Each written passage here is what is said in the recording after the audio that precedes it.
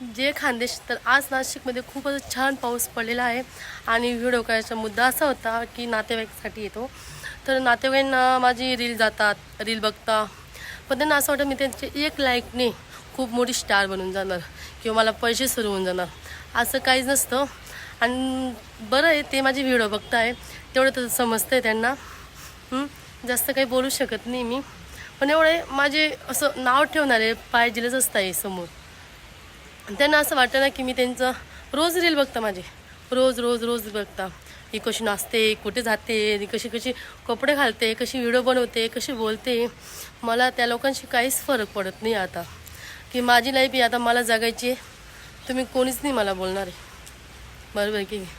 आणि मला व्हिडिओ बनवणारे खूप असं घाण घाण कमेंट पण करता, की नातेवाईक असो की कोणी बी असो इतर.